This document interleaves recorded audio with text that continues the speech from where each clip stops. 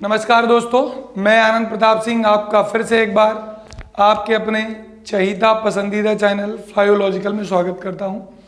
दोस्तों, आज हम लोग हिंदी की एक प्रश्न श्रृंखला लेके आए हैं। प्रश्न श्रृंखला 20 प्रश्नों की होगी, जिसमें अलग अलग प्रकरण से प्रश्न होंगे और प्रयास किया जाएगा कि उन सारे प्रश्नों को हम लोग हल करें, विधिवत हल करें, विस्तृत हल करें। और एक बात कि ये सारे प्रश्न सुपर टेट के लिए तो बेस्ड है, मतलब उसका एक टारगेट किया गया कि हाँ, हम सुपर टेट के अकॉर्डिंग ही उसको 20 क्वेश्चन लाने का उद्देश्य ये था कि प्रश्न संख्या कितनी है, 20 है। लेकिन मैं इस चीज़ का दावा करता हूँ कि ये सारे प्रश्न अन्य सभी परीक्षाओं के लिए महत्वपूर्ण है। ठीक,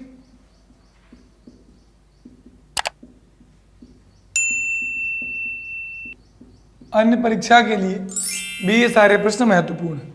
तो ये बात आप ध्यान में रखिएगा कि अन्य परीक्षा के लिए भी ये सारे प्रश्न महत्वपूर्ण है। तो इन प्रश्नों पे हम लोगों को फोकस करना है बेहतरीन तरीके से। तो क्रमानुसार प्रश्नों की ओर आगे बढ़ते हैं और आपके लिए पहला प्रश्न ये है कि बताएं, स्क्रीन पर आपको दिख रहा होगा कि कृदंत प्रत्यय किन शब्दों के साथ जुड़ते हैं। कृदंत प्रत्यय किन शब्दों के साथ जुड़ते हैं, तो आप अपने आंसर भी करिए ताकि मुझे ये पता चले कि हाँ भाई, आपके आंसर भी हमारी तरह आ रहे हैं। बच्चा लिखा कृदंत, तो कृदंत का मतलब ही होता है कृत प्लस अंत। कृत प्लस अंत का मतलब क्रिया के अंत में लगने वाले, क्रिया के अंत में लगने वाले। तो क्रिया के अंत में लगने वाले क्या कहलाते हैं? कृदंत कहलाते हैं। तो उम्मीद करते हैं इस प्रश्न का उत्तर आप क्रिया लगा दिए होंगे। कोई दिक्कत, कोई परेशानी? कोई नहीं। अगले क्वेश्चन की ओर आगे बढ़ते हैं। अगला है वाक्यांश के लिए एक शब्द में कि जो व्याकरण को जानता हो। बच्चा, कई बार हमने आपको क्लासों में ऑफलाइन भी बता रखा है, व्याकरण को जानने वाला। तो बच्चा, व्याकरण को जानने वाले को व्याकरण कहते हैं। क्या कहते हैं? व्याकरण। व्याकरण जानने वाला क्या कहलाता है? व्याकरण कहलाता है। आप व्याकरणाचार्य फलाने ढिमकाने ऐसा बिल्कुल ना सोचिएगा। आप विकल्प में वैज्ञानिक है, गलत है। व्याकरण है, गलत है। बहुज्ञ है, गलत है। शास्त्रज्ञ है, तो व्याकरण विकल्प तुम्हें मिल गया ऑप्शन नंबर 2 में। तो ये तुम्हारा बेस्ट आंसर है और यही तुम्हारा उत्तर है। व्याकरण जानने वाला क्या कहलाएगा? व्याकरण कहलाएगा। क्लियर बात है। प्रश्न संख्या 3 की ओर आगे बढ़ते हैं। कह रहा है कि सरस्वती पत्रिका के संपादक का नाम बताओ। तो बच्चा, एक सरस्वती पत्रिका, अगर थोड़ा भी दिमाग में मेरी आवाज गूंज रही हो तो आपके दिमाग में एक बात आई होगी कि गुरुजी एक पत्रिका का नाम लिया करते थे जो 1600 से प्रारंभ हुई। एक पत्रिका थी जो 1900 से प्रारंभ हुई और प्रारंभिक दिनों में इसके वो संस्थापक हुआ करते थे, संपादक हुआ करते थे श्याम सुंदर दास। प्रारंभिक दिनों में कौन हुआ करता था? श्याम सुंदर दास। लेकिन बच्चा ध्यान देना कि इसके महत्व को आगे बढ़ाने का काम किसने किया? इसके महत्व को आगे बढ़ाने का काम किया है, महत्व बढ़ाया महावीर प्रसाद द्विवेदी ने। तो वास्तविक संस्थापक या संपादक कौन हुए?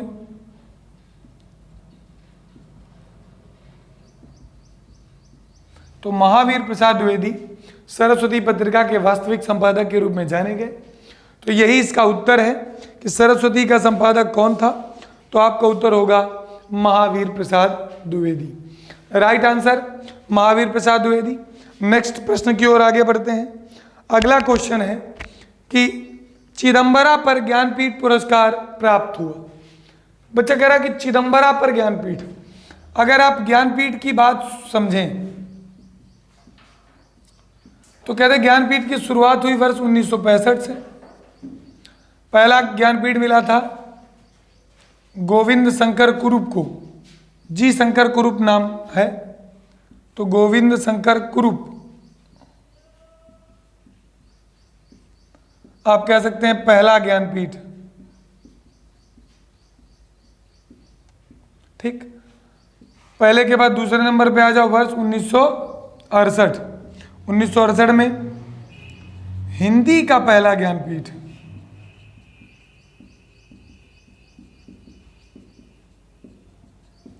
ये किसको मिला? तो ये मिला है सुमित्रा नंदन पंत को।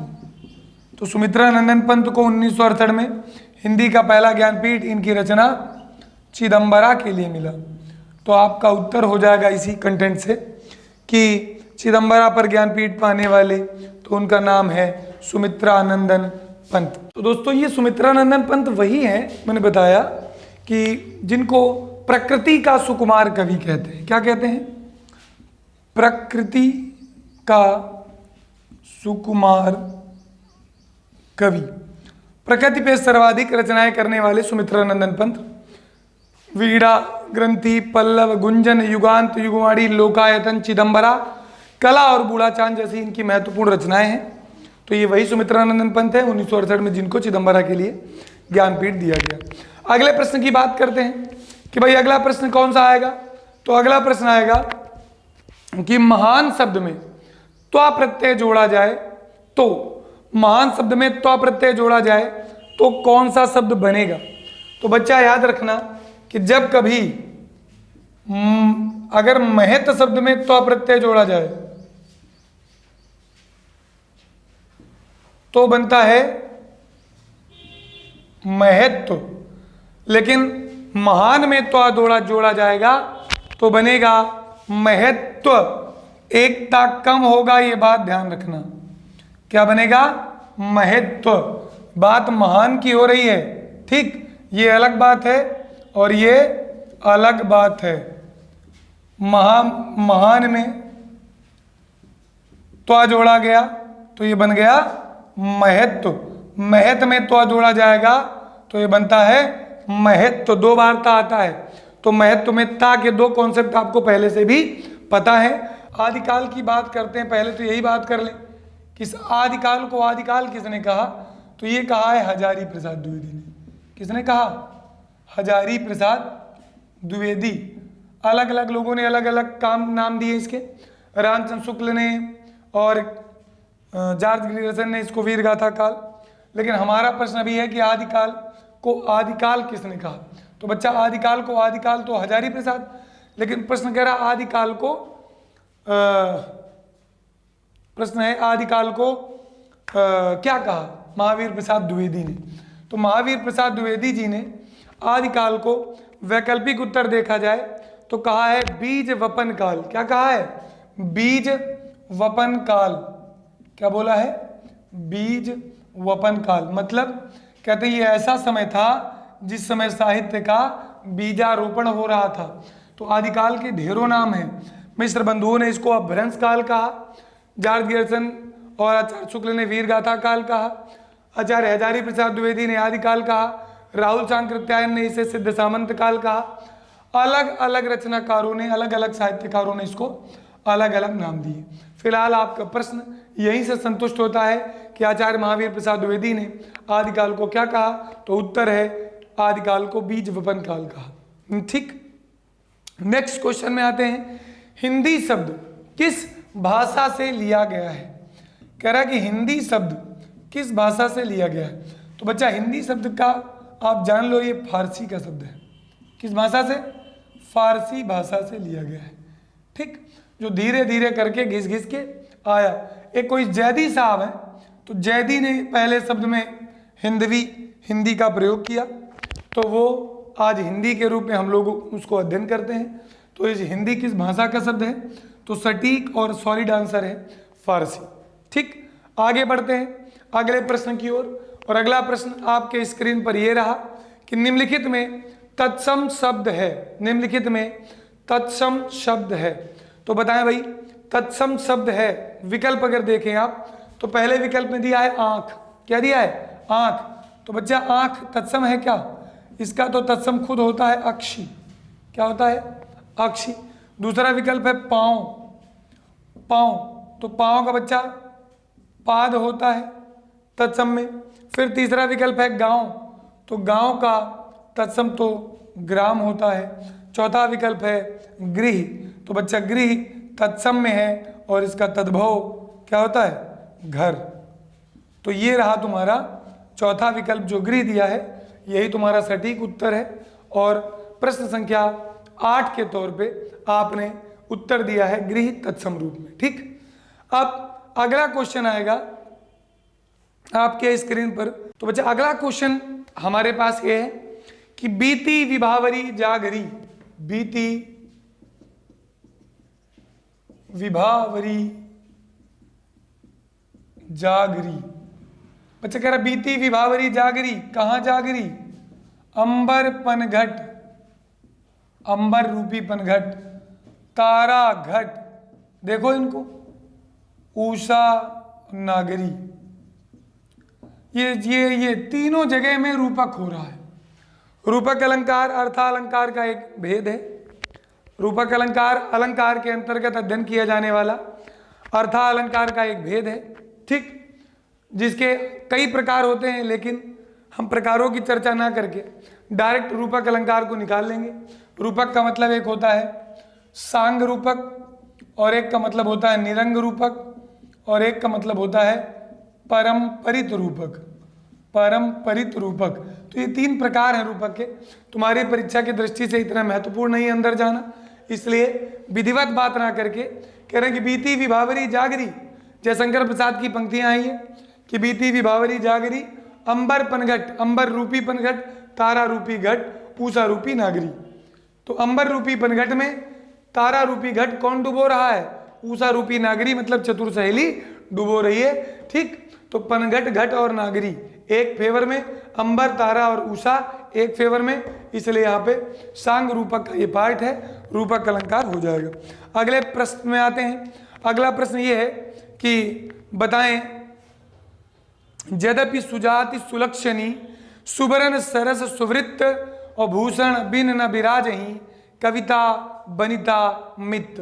तो बच्चा भूषण बिन न बिराजही कविता बनिता मित्त, ये बहुत ही प्रसिद्ध पंक्ति है। किसकी, केशवदास की। किसकी है, केशवदास की। हमने जब भी पंक्तियां लिखवाई हैं तो आपको पंक्तियां पूरी करवाई हैं, आप उसमें चेक करना, ये पंक्ति आपको मिल जाएगी। और इसको टाइटल सेट में चलती है कि भूषण बिन न बिराजही कविता बनिता मित्त, कविता बनिता मित्त। ठीक, तो भूषण मतलब आभूषण के बिना ना तो कविता बनती है, ना तो स्त्री बनती है, ना मित्र बनते हैं। बात क्लियर है, उत्तर मिल गया आपको कि दी गई पंक्ति केशवदास की है। आगे चलते हैं। अगला प्रश्न आपके पास ये रहा कि निम्नलिखित में कौन सा सरस्वती का पर्याय नहीं है। सरस्वती का पर्याय बच्चा देखो, पहला विकल्प है वीणा पाणी। तो वीणा पाणी का शब्द सुना होगा, वीणा है पाणी में जिसके, माँ सरस्वती वीणा लिए हुए दिखी हैं, है उनका पर्याय। भारती, तो भारती को भी सरस्वती कहा जाता है। ठीक, भारती को भी विद्या की देवी सरस्वती कहा जाता है, ये भी है। वाग देवी, वाणी की देवी। कोई भी कलाकार, संगीतज्ञ या गायक जब अपनी धुन ताल को प्रारंभ करता है तो पहले वाग देवी की को नमन करता है। या देखा होगा लेखन की दृष्टि में यदि पुरस्कार दिए जाते हैं, प्रतिमा स्वरूप कोई भेंट दी जाती है तो वाग देवी की प्रतिमा दी जाती है। 3 तो कंफर्म हो गए। चौथा है जानवी। बच्चा जानवी गंगा का पर्याय है। किसका पर्याय है, गंगा का। तो ये जानवी गंगा का पर्याय है, ना कि सरस्वती का। तो आपका सटीक उत्तर हो जाएगा विकल्प संख्या 4 जानवी। ठीक, आगे चलते हैं। कह रहा कि मैं, हम, तू, तुम आदि शब्द हैं। मैं, हम, तू, तुम। बच्चा याद करो सर्वनाम, अगर थोड़ा बहुत दिमाग में बात आ रही है। मैंने सर्वनाम आपको पढ़ाए। सर्वनाम के मुख्य सर्वनाम, मूल सर्वनाम कितने हैं, मूल सर्वनाम तो 11 बताए। उसको अलग अलग बांटा था, मैं, तू, आप, यह, वह, जो, सो, कोई, कुछ, कौन, क्या, ये 11। लेकिन प्रश्न है कि मैं, हम, तू, तुम। तो बच्चा मैं, हम, तू, तुम, ये प्रकार में जाओगे तो पता चलेगा। इसके 6 प्रकार होते हैं और पहला ही प्रकार है पुरुषवाचक। इसी पुरुष के 3 भेद होते हैं, एक उत्तम पुरुष, दूसरा मध्यम पुरुष, तीसरा प्रथम पुरुष या अन्य पुरुष। क्या होता है? प्रथम पुरुष या अन्य पुरुष। तो बच्चा इसी उत्तम पुरुष में आता है मैं और हम, और इसमें आता है तू और तुम, इसमें आता है वह और वे। इनसे ही छांटना है तो उत्तर हो गया पुरुषवाचक सर्वनाम।